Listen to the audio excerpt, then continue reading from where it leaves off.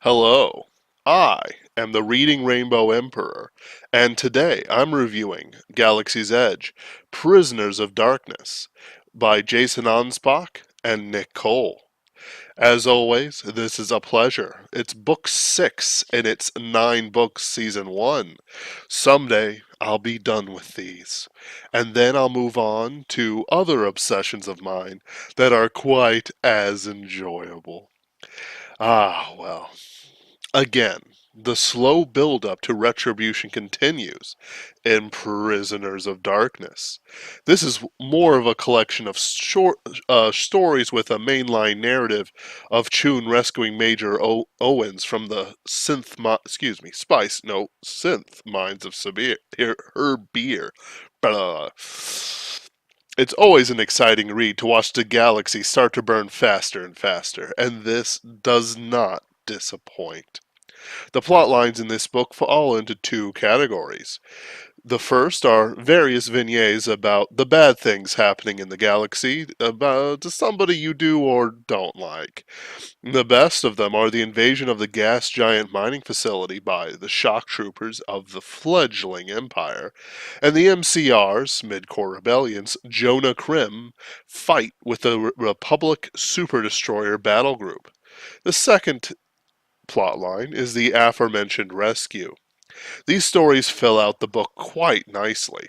The rescue is a little anemic, I guess, lengthwise anyway, but it's really just the right length for itself, not a full book, if you get the idea.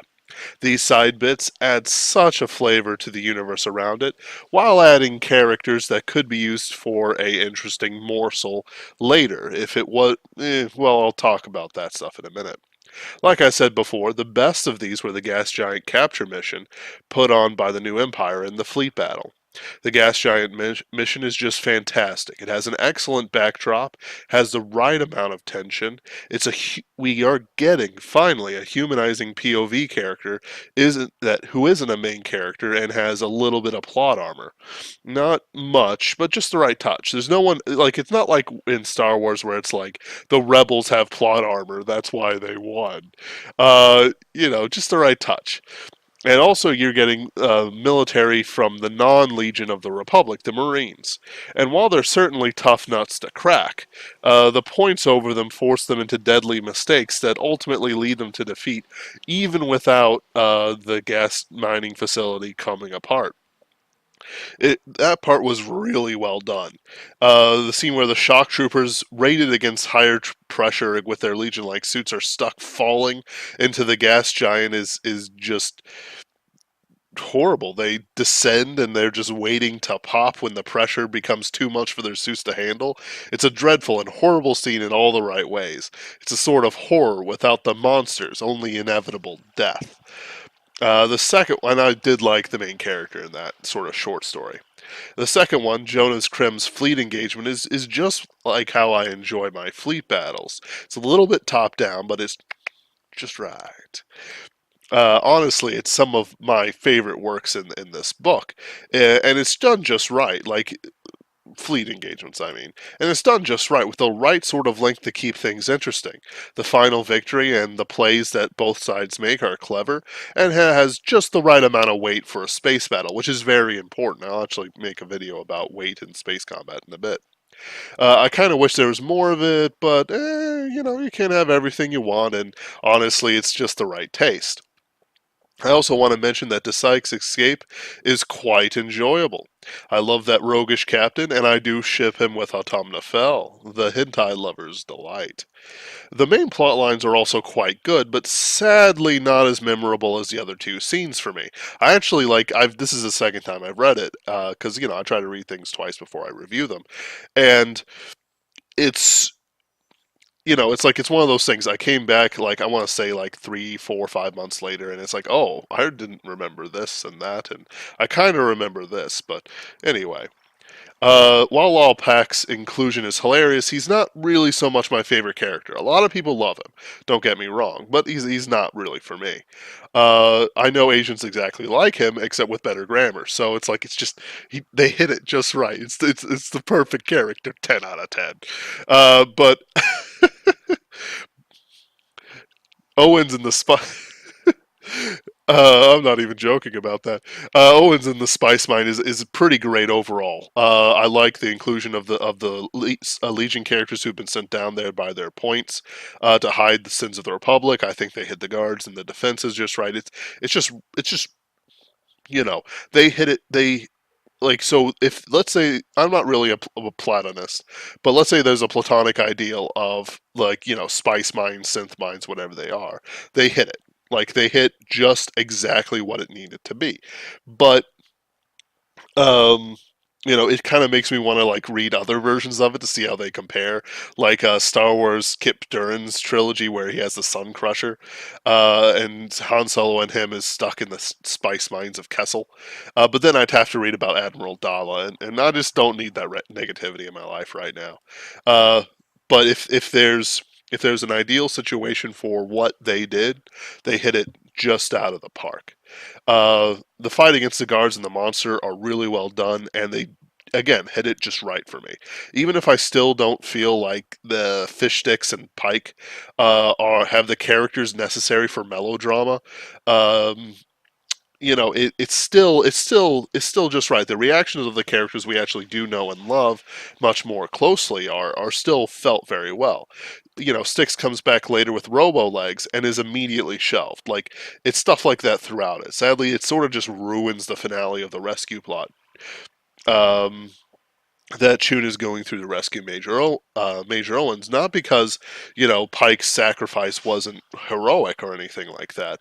It's that it like the character itself didn't have the weight to pull it off. Like if you can imagine, every character you ever read has a time bank that it slowly builds up, and things like having an interesting hobby, having a dramatic character, having some sort of purpose that they're going for, sort of raises that bank. And like, let's say that, well, I don't want to bring up The Last Jedi every time I want to bring up something bad, but essentially, Luke Skywalker had an absolutely gigantic bank just saved up. People knew who he was. He was the farm boy. He was the idealist. So actually, I'm not going to use The Last Jedi. I'm going to use Star Wars Empire Strikes Back, the second one. So he's fighting Darth Vader. He's going to save his friends. We are invested in him saving his friends. They're already getting away, but he's facing against Darth Vader, who's, as far as we're considered, the brute of the series. He's the person they actually have to defeat. No one expects the Emperor to pull out a lightsaber, but because he's a sorcerer type more than a Black Knight type. So like we're going through, is he going to kill Darth Vader? Is he going to fight? And then they come to the chasm. I am your father. No, and he falls. And basically, by that time, they are cashing in the bank of character, of time, and everything that we have invested in Luke Skywalker for a super dramatic ultimate scene, a memorable scene that everyone's going to talk about forever. Because once you hit it out of the park, if you gather up this stuff and hit it just right, masterpiece, 10 out of 10. It's good. It's good stuff. And sadly, pike, sticks, and fish don't have that bank. I don't even remember what happens to fish. I think I say that later, but whatever. It's not that it wouldn't have been better if Pike had survived. It's that it didn't have the dramatic weight it needed because we didn't know enough about Pike. There we go. Still a great scene. It's still a great scene. Like that monster, I love that monster. That's a fantastic one. He's eating people. Pike survives and he blows it up from the inside. With a little bit more characterization, if I could like remember what his hobby is, I want to say he has glasses, but I still don't know. I don't think he would have glasses. Like it just, it's like it's one of those things. It's not like from the reader perspective, it's like from a writer perspective, like looking at it critically, like trying to figure out the ins and outs as to why I didn't feel so connected to this as I would have like when Bear gets hurt in Retribution.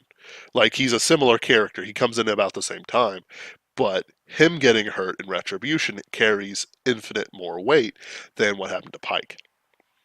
But that's because we've also had more time with him. He built up his bank. There we go. Anyway, the other bits with Prisma and Skriz and the rest of those in the grip of Kronos is also just fantastic. I love Kronos. I love the mechanical theme it has. I love the dread that it's building up. I like how it doesn't care, but it cares. Like it's one of those weird things. Skriz's fight is just well choreographed, very tense, very action packed. Skriz is a fan favorite for a very, very good reason. Um, and also like the kind of is it a replicant or not things that they're going for. I just gotta put it up there, yeah, baby. That they're going for with some of Kronos's plots also hits it right, but honestly doesn't. Yeah, I got some things to say about that too later. Lastly, Keel's epilogue is perfect. It's fantastic.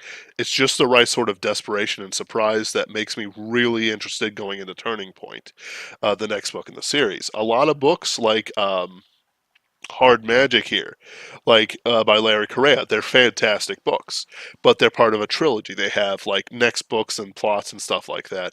But oftentimes they don't hit that epilogue just right, or like the villain's speech revealing the higher villain. They don't hit it right, and I'm gonna talk about that some other day.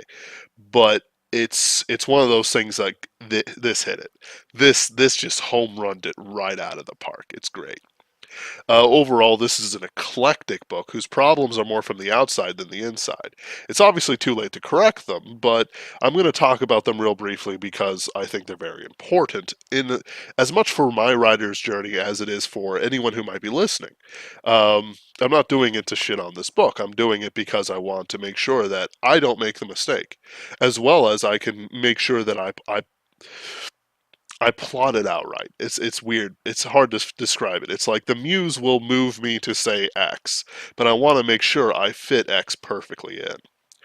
Um, as I mentioned earlier, Fix and Pike and Styx don't have memorable characters. It's kind of like they gave a lot of character to Bear, who is big and likes to fight. Like he has these great scenes with Skriz, where he's like, "Yeah, I killed a Wabonky once," and he's like, "Ooh, I want to take a bite out of this guy," and it's perfectly reasonable to do that. Like you can't like have an infinitely long book with like all the characterization you can ever want.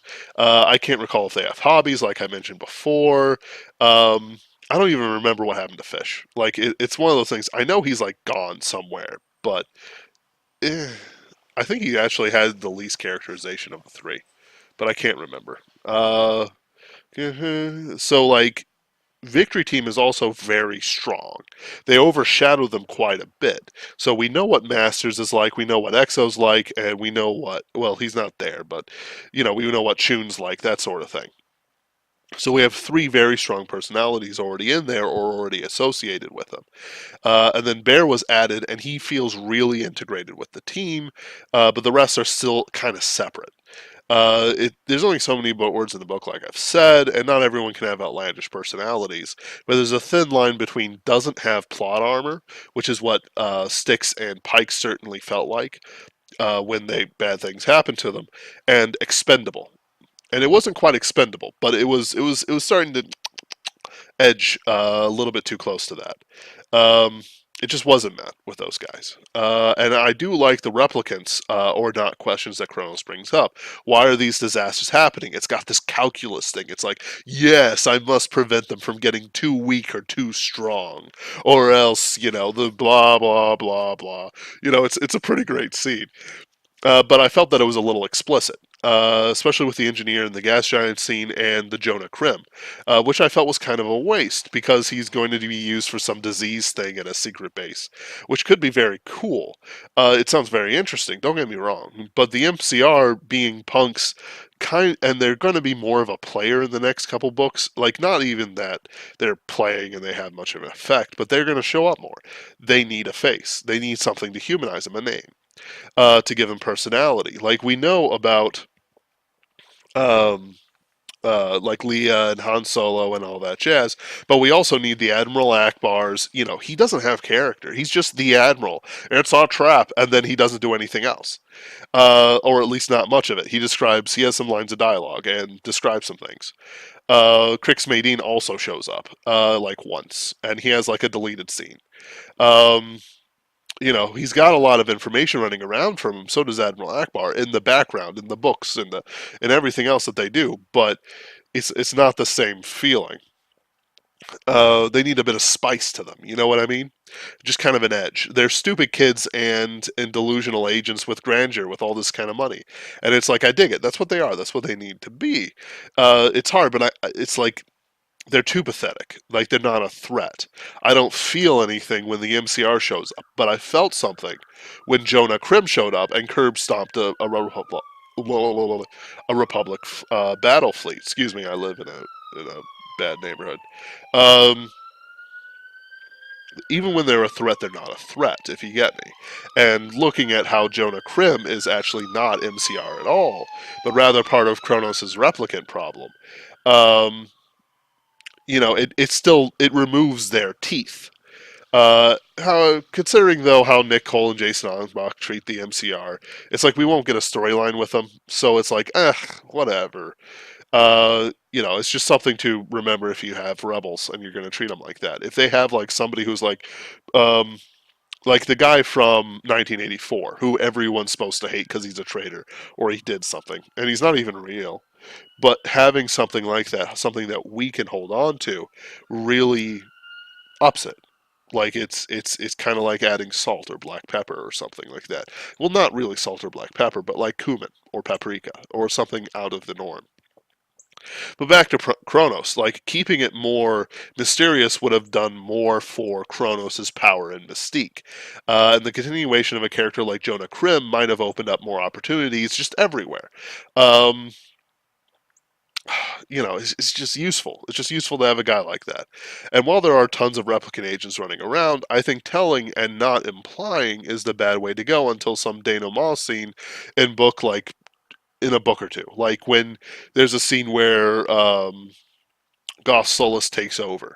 I think that would have been the perfect place to be like, you were the ones who killed my shock troopers. Yes, but the powers we can give you replace them. Something like that. Um, it could have been more subtle. It could have been more machinationish. Machinations. That's a weird word to say now that I'm actually saying it and not writing it. So that Kronos may or may not be involved, but something's weird. It's a mystery angle. A subtlety, but then I'm not really good at the whole subtle thing in my own writing. And it might be some balance that made this the best choice out of the ones presented when the two worked on it. I don't know what goes on in their background, so it's like if they talked about it and they're like, no, we need that punch right here just to make this book a little bit better. Even though they have the really great punchy scene at the end, I felt that it's like kind of like too. I don't know. It's hard to describe it. It's like that climax could have been stronger elsewhere, and it's always, as I always say, it's as much for me as anything else. Either way, it's a pretty great book. I love the vignettes, which are like short stories in the set in this universe. It hits it mostly out of the park. And the things that it doesn't are interesting to think about. Like the thing is that none of the decisions I'm talking about are wrong decisions. Like if you read this and you stop just before I said that none of the decisions they made are wrong, you'll be like, yeah, but you just like crapped on him for like the last 15 minutes or however long this thing's going. But it's like, no, that's not my intention. I'm looking at this, I'm examining it, I'm trying to figure this out. Can I do this better in my own writing, which is what we should always do when we look at a book critically, and are also an artist and not just a critic. Um, which is fine if you're just a critic. I don't care as long as you know what you're talking about. Uh, Lastly, the scene where Keel brings up Kale May Dune at the end of the is just the perfect capstone for this. Like it's kind of like watching a really great like gymnastics performance, which I don't really appreciate too well, but I do appreciate the gymnastics and the strength and the sort of momentum that they have to put into it. They have to dedicate their lives to this to be able to jump good. They have to do it, and then you see them like dude, and you're like, but couldn't he have done this? What about this little twist here? He was in the air for a long time. Maybe he could have done like a little flourish, and then they stick the landing, and it's just the Russian judge is loving it. Um, and what's more is that like it makes me interested to read Turning Point, which I can't really say that from um, Sword of the Legion to Prisoners of Darkness, I had a really great like 1-to-1, except in the sense of like we saw Alec's trial at Major Owens's trial, and that sort of pushed me over because I knew that that was the next book. But really, the momentum of the series pushed me on. But now I want to read Turning Point for its own sake because of what Keel did. And honestly, Turning Point is a really great book, and it has some of the best battle scenes that I will talk about in my next review. Because I gotta bring you in next week, don't I? To all the Legies out there, kill them first. And don't forget nothing. Link to Prisoners of Darkness will be down in the doobly-doo. Please like, comment, and subscribe. Check out my novel writing mentoring course on Fiverr. You're all wonderful, and I hope you have a wonderful rest of your evening.